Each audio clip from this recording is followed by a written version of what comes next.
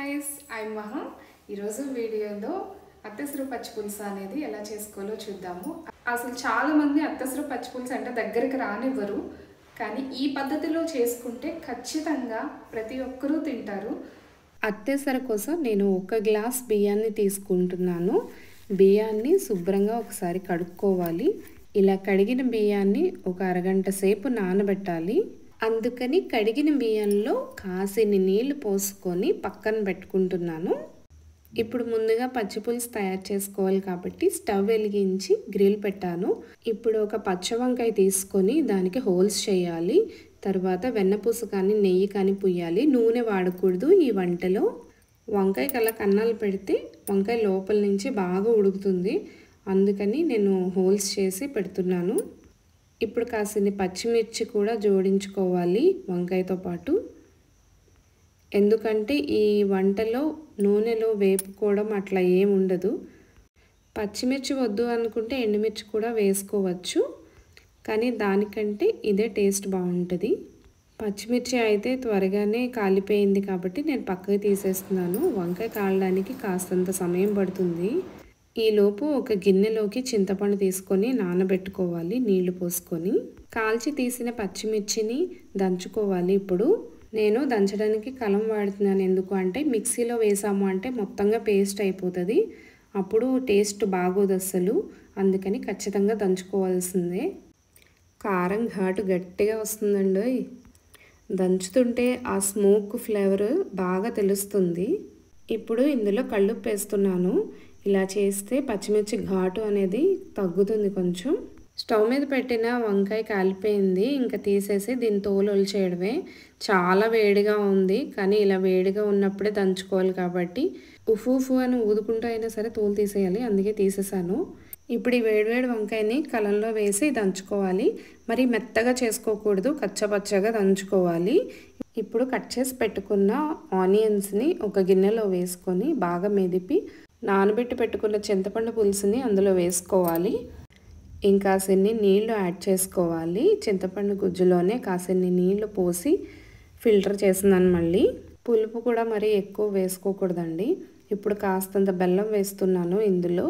ఇలా పచ్చిగానే తింటాం కాబట్టి దీన్ని పచ్చిపులుసు అంటారు. ఇప్పుడు దంచి పెట్టుకున్న వంకాయ గుజ్జును కూడా ఈ చింతపండు పులుసు గిన్నెలో వేసుకోవాలి. బాగా కలుపుకోవాలి, కానీ చేత్తోనే కలపాలి. ఎందుకు అంటే గరిటతో అట్లా కలిపితే మీకు సరిగ్గా మిక్స్ అవ్వదు. ఉప్పు మాత్రం చూసుకొని వేసుకోండి. నేను ఇంకొంచెం ఉప్పు యాడ్ చేస్తున్నాను ఇందులో. ఇప్పుడు అంతా బాగా కలిసేలాగా చేతితోనే మెదపాలి. కానీ 5 నిమిషాల తర్వాత చెయ్యి అయితే బాగా మండుతుంది. హ్యాండ్ వాష్ చేసుకొని ఆయిల్ పెట్టకపోతే కెవ్వుమని అరవాలి. మళ్ళీ ఒకసారి రుచులన్నీ కలిసాయో లేదో టేస్ట్ చూసుకొని యాడ్ చేసుకోండి. అండ్ ఇప్పుడు పచ్చిపులుసు అయితే రెడీ అయిపోయింది. చాలా డిఫరెంట్ టేస్ట్, చాలా బాగుంటుంది. ఇప్పుడు అత్తెసరు కూడా కుక్ చేసుకుందాము. నానిపోయాయి రైస్. ఇప్పుడు ఇందులో 2 గ్లాసులకి నీళ్లు పోసుకుంటున్నాను నేను.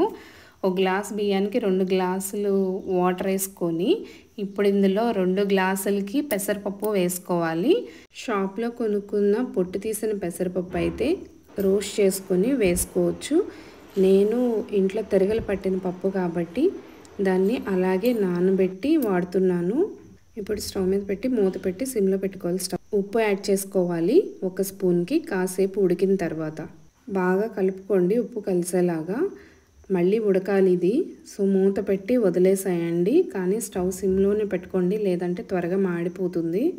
చాలా త్వరగా ఉడికిపోతుంది కాబట్టి దీనికి ఎక్కువ టైం ప్రాసెస్ కూడా పట్టదు. సో అత్తెసరు అయితే రెడీ అయిపోయింది. ఎటువంటి ఆయిల్ వాడకుండా చాలా హెల్తీగా ఉండే రెసిపీ ఇది. పూర్వం ఎక్కువగా పెద్దవాళ్ళు తినేవాళ్ళు పూజలని ఏదో కార్యక్రమాల్లో. కనీసం చాలామంది దీని మొహం కూడా చూడరు. అత్తెసరు పచ్చిపులుసా అంటే ఏంటి అనేవాళ్ళు కూడా ఉన్నారండి. కానీ అప్పుడప్పుడు తింటే హెల్త్కి చాలా మంచిది. వంట అయిపోయింది, ఇంకా తినేయటమే. బెల్లం ముక్క కాంబినేషన్తో పచ్చిపులుసు వేసుకొని అత్తెసరులో తింటే అబ్బబ్బబ్బా, అసలు నోటికి ఆ టేస్ట్ చాలా డిఫరెంట్ ఉంటుంది. స్మోకీ ఫ్లేవర్తో కమ్మగా చాలా టేస్టీగా ఉంటుంది. ఆయిల్ ఉండదు ఇందులో. సో చాలా హెల్తీ రెసిపీ. మన తెలుగు వాళ్ళు ఏంటో అత్తెసరు పచ్చిపులుసు తెలియని వాళ్ళు ఉండరు, కానీ ఇప్పుడు జనరేషన్ మర్చిపోతుంది. ఈ అత్తెసరు పచ్చిపులుసు అనేది మన పాత వంట కాబట్టి మర్చిపోకుండా అప్పుడప్పుడు చేసుకొని మీరు తిని మీ పిల్లలకి కూడా పెట్టండి. అప్పుడు వాళ్ళ పిల్లలకి పెడతారు. అలా పెట్టుకుంటూ మన పెద్దవాళ్ళు వచ్చారు కనుక ఇప్పుడు మనం కూడా తినగలుగుతున్నాము ఇలాంటి వంటలు.